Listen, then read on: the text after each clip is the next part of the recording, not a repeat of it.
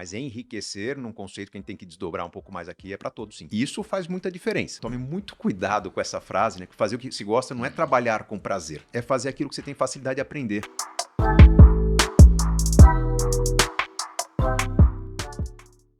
Ser rico é para todo mundo? Bom, existem algumas pessoas que vão ter dificuldades para ser rico, porque têm dificuldade para entender o que é importante para elas. Não é uma questão financeira, de onde vieram, onde vivem, mas porque as pessoas não acreditam nelas mesmas, porque elas estão habituadas. Ajuda. Tem uma dificuldade, papai ajuda, padre. A pessoa, quando ela não confia na capacidade dela, ela vai ter mais dificuldade de encontrar felicidade, porque não tem fim. Tenho fome, alguém me dá uma marmita. E eu vou ter cada vez necessidades maiores e achar que eu não consigo ter o que os outros têm porque ninguém está me dando. Então, se não tem educação para construção, educação financeira, acho que é um pouquinho de educação empreendedora, para que todo mundo tenha um pouquinho daquele conceito do sobrevivencialismo. Se eu não encontrar onde comprar, eu tenho que dar um jeito de fazer. Eu acho que enriquecer é para todos. O conceito de enriquecer não é necessariamente chegar a 1 milhão, 10 milhões de patrimônio, ter uma casa espaçosa, um carro conversível. Isso é status, né? Mas enriquecer, num conceito que a gente tem que desdobrar um pouco mais aqui, é para todos, sim. Não apenas como posses, conquistas, mas sobre você ter abundância daquilo que é importante para você. O importante para quem vive numa grande cidade é sim ter conforto, é ter segurança, é ter talvez um carro que te transporte com segurança, eficiência, potência. O conceito de ser rico, ele é bastante relativo, depende muito de onde a pessoa está. E eu vou voltar ao ponto da pessoa ter predisposição para aquilo ou não. Me considero uma pessoa bem-sucedida, mas eu demorei a me considerar uma pessoa capaz de me tornar bem-sucedido. Quando eu comecei a trabalhar com finanças, eu tinha a convicção de que estava no lugar errado. Não é construir valor. Cara fora da curva, como o Lucão perguntou? Eu me julgo um cara fora da curva por 2 aspectos. Eu sou muito focado. Eu aprendi com 11 anos de idade a ler 2, 3 livros por semana, porque é o que eu tinha para fazer. Não tinha opção de fazer mais nada. Isso me ajudou a desenvolver uma capacidade de redação que poucas pessoas têm. No mundo das finanças ainda, quem tem olho é rei, né? Os caras que são bons de números vão estudar finanças. Poucas pessoas que são boas de redação vão estudar finanças. Conquistei meu espaço. Porque eu tenho estudado muito essa questão da inteligência, até porque eu tenho 3 filhos, né? Além de especialista em finanças, sou especialista em reprodução humana. E 3 filhos muito diferentes um do outro. Uma que estuda pra caramba, outro que tem uma vida social muito intensa, outra que ama esporte. E você fala, pô, o que é melhor? Difícil saber o que é melhor, mas na verdade a gente vê que saber desenvolver as diferentes inteligências ajuda muito. Você falou que seu pai é muito inteligente, muito sábio. Meu sogro era um cara que assistia aquele, acho que era Show do Milhão, Jogo do Milhão do Silvio Santos. O cara acertava tudo, não errava uma, né? Pô, vamos inscrever o velho Carrico lá.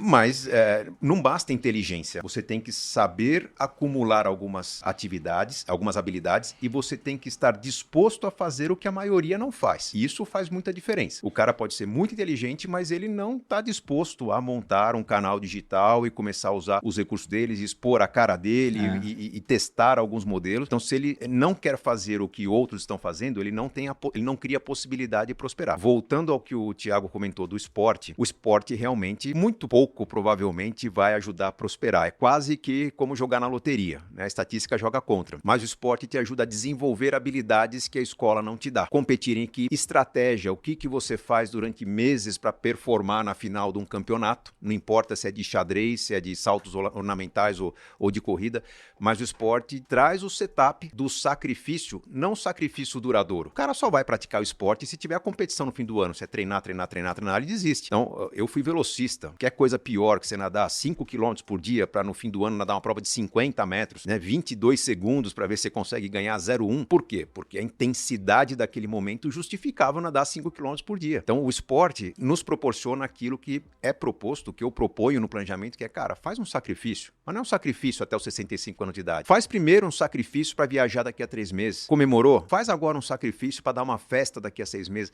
Incorpora o hábito do sacrifício como uma gincana na sua vida, não como um sofrimento. Porque a gente vê 90% da população fazendo sacrifício porque acha que a vida tem que ser sacrificada. Ele escolheu aquela casa, ele escolheu aquele meio de transporte, ele escolheu viver naquele lugar, e o que dá para fazer é sacrifício. 3, 4 horas por dia no transporte público, trabalhando por salário baixo, espalhando conta na mesa para conseguir pagar, porque a vida é sacrificada. Não vai enriquecer. Ele tem que mudar alguma coisa, né? Talvez o sacrifício de morar mais longe, de tentar trabalhar no interior, longe da família, um projeto de 2, 3 anos de sacrifício para virar uma chave. Curiosamente, quem que é o maior vilão? A sociedade. As pessoas se impõem sacrifícios porque querem mostrar para a família que dão uma casa para os seus filhos, que conseguiram comprar um carro, uma moto. Geralmente o cara que não está dando certo, que se muda para um outro país, fala, cansei desse país, que é uma desgraça, Brasil, que não dá para crescer, vou morar na Inglaterra, na Irlanda. O cara vai fazer sacrifício. Ele vai andar de transporte público, ele vai comprar carro dividindo com 3 pessoas, vai dividir moradia com mais 3, 4 amigos, morar num porão, e depois de 4, 5 anos o cara está prosperando.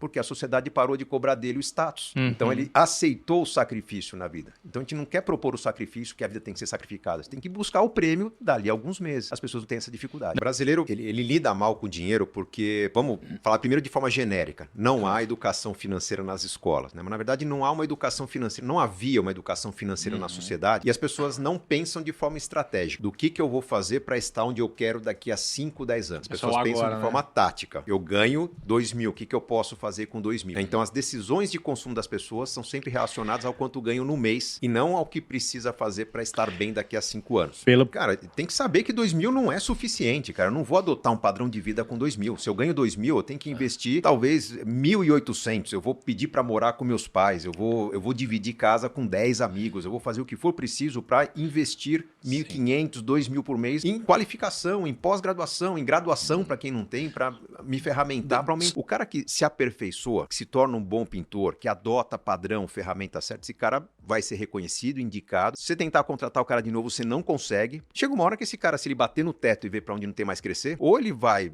montar um negócio que ele forma pintores, ou ele vai morar fora do Brasil, ele vai fazer renda. O problema é que o brasileiro não consegue se qualificar, primeiro porque ele se ilude, ele trata o trabalho como bico, os amigos iludem também, né? Contratam, não falam que ele não tá legal e, enfim, passa como passou e ele vai tentar vender, não vai ser bem sucedido. E ele vai tentar lidar durante muito tempo de forma remediada com esses fracassos que ele tem.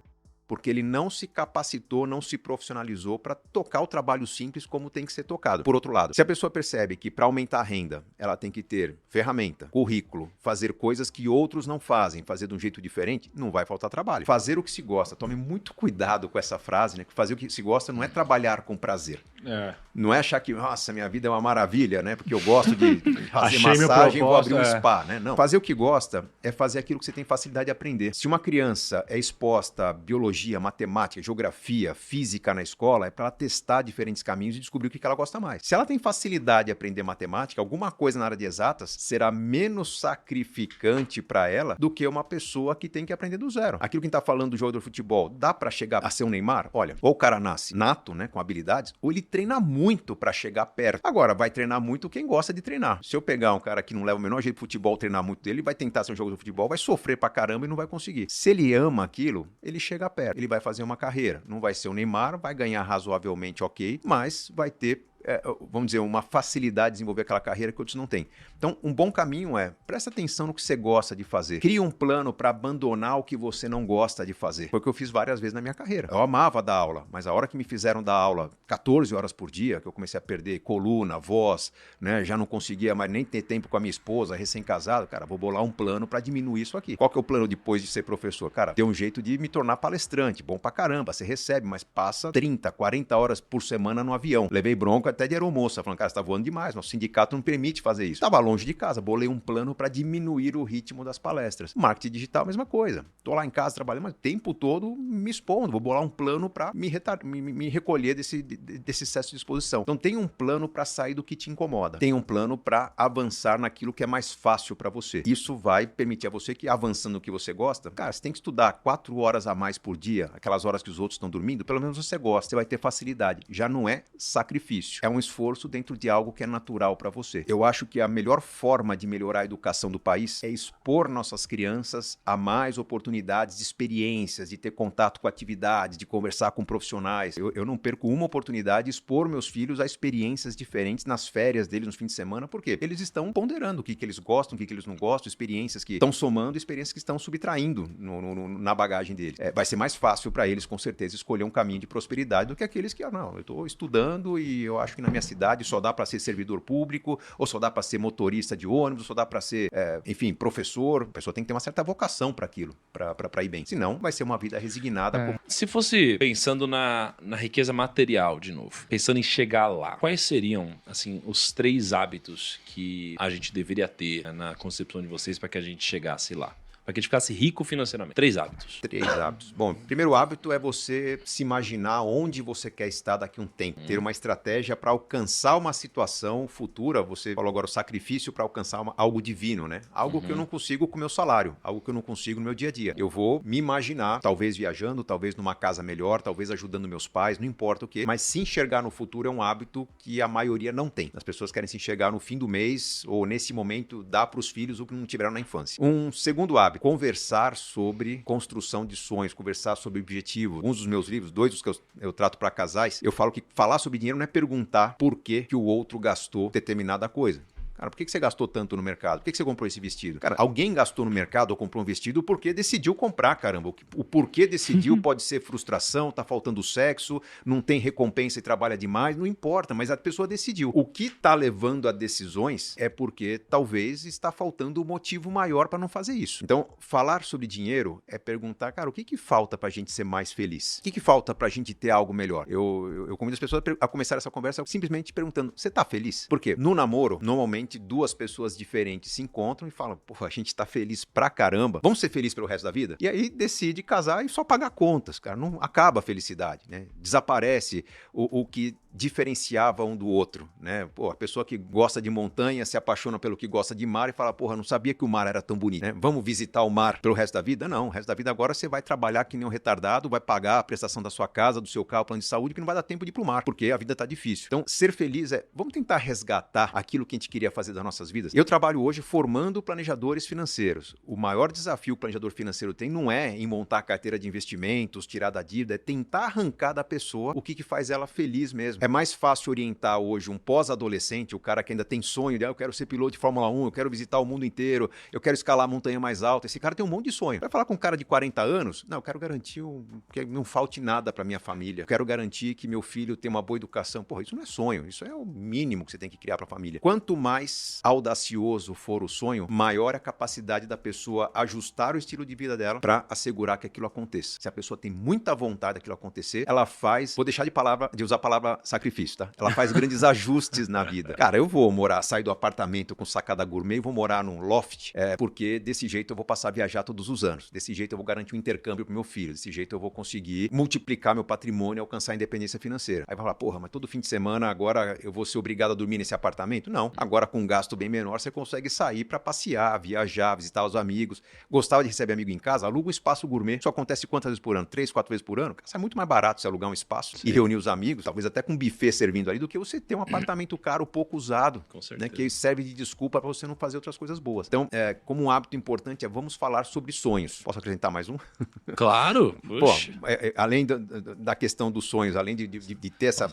se imaginar na frente, um pouquinho de organização, né? É algo que é difícil no começo, mas parar, pensar, pôr na ponta do lápis. Quando a pessoa baixa um aplicativo qualquer de controle financeiro, ela já muda o comportamento. Não precisa do planejador. Não precisa do planejador financeiro para mudar a vida. Não precisa de um consultor de investimento. Cara, se você simplesmente organizar e entender como você gasta o dinheiro, vai bater um monte de arrependimento. Fala, cara, por que eu pago tanto de conta de telefone? Por que eu tô assinando esse negócio? Cara, eu ainda tô pagando a prestação daquele passeio que eu fiz no meio do ano passado. Cara, que besteira que eu fiz. Não consigo mais passear. Que merda, né? Então, você vai reagir a comprar prazo, às assinaturas displicentes, aos caprichos que você tem no momento mais frágil. Você vai desfazer aquilo, simplesmente por controlar. Cara, eu durante muito tempo lidei com esse tipo de situação, principalmente quando eu fui consultor de um programa TV aberta. Eu era consultor do programa Encontro com Fátima Bernardes e o programa Audiência Nacional. Então, qualquer comentário que era colocado lá, aparecia lá num programa de fofoca em algum lugar, consultor do programa diz que...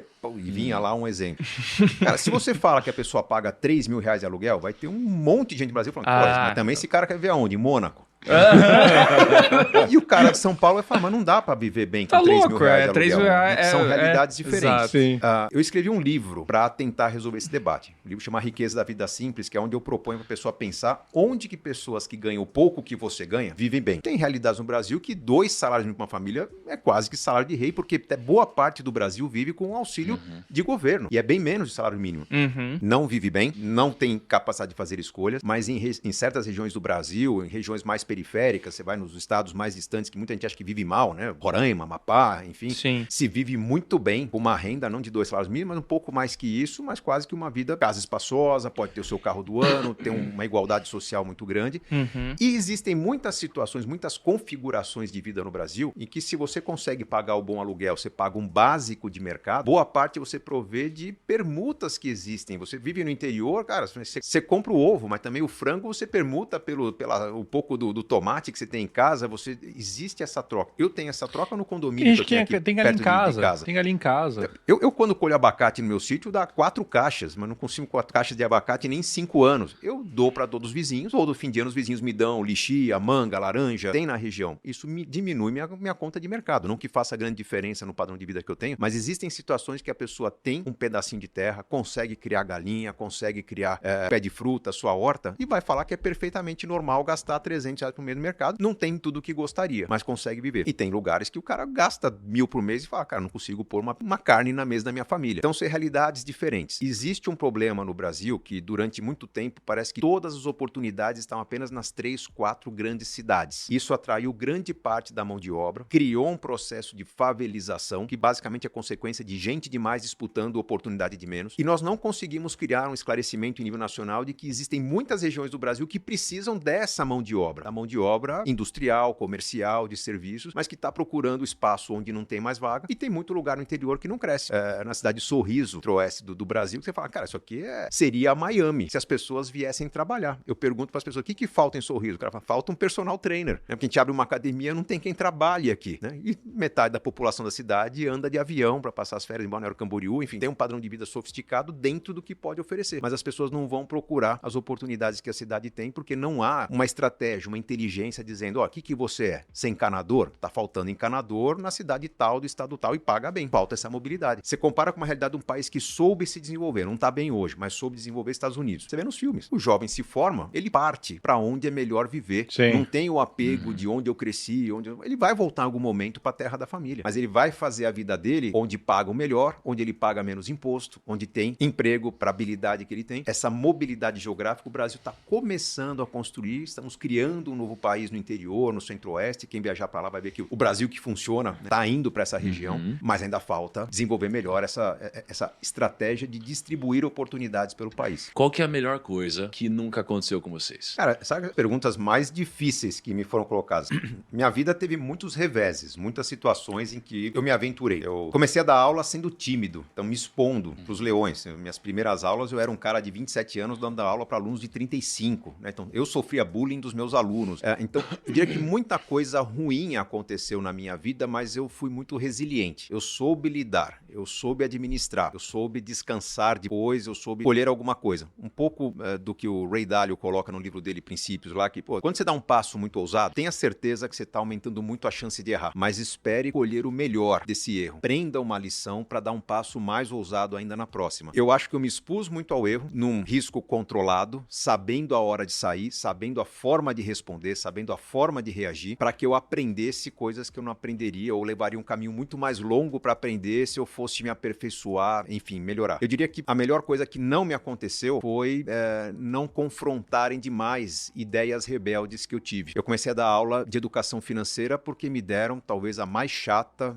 a mais insossa das aulas que um professor pode dar num curso de alto nível, de pós-graduação, que era contabilidade básica no MBA Marketing. Porra, os caras que odeiam finanças iam ter contabilidade básica com um professor jovem num sábado à tarde. Pior podia acontecer na minha vida. Em vez de seguir os livros clássicos, né, quem é da área sabe lá, de Udícibos e similares, eu decidi desmontar o livro e falar como que seria a contabilidade na vida da pessoa. Pedi para o aluno levar para a aula na declaração de imposto de renda para a gente aprender balanço patrimonial. Ensinando para a pessoa, cara, o que é ativo? Pensa no conceito aí de bens e direitos que você tem. O que é passivo? Pensa em dívidas e ônus reais. Cara, todo mundo aqui fazendo MBA, todo mundo vai estar com a vida diferente daqui a 5 anos. Vamos abrir a renda de cada um, patrimônio de cada um e fazer o balanço de cada um. Comecei a brincar de contabilidade com o imposto de renda das pessoas. Na prova eu cobrava o balanço da Petrobras, da Vale, enfim, uma pessoa sabia fazer. Eu acho que se um professor de contabilidade me visse fazendo aquilo, eu ia falar, cara, varre esse moleque daqui que ele tá ensinando contabilidade de um jeito que não tem nada a ver com o livro, não tá seguindo a bibliografia, a ementa do curso. Eu deixei de seguir ementas de curso e, de certa forma, não me confrontaram. Se aquilo acontecesse naquele momento, eu seria um professor de contabilidade, nada contra a contabilidade, mas não teria aberto as fronteiras que eu abri no meu trabalho. Foi uma mistura de coragem com uma certa resiliência para lidar com as dificuldades que surgiram daquilo, né?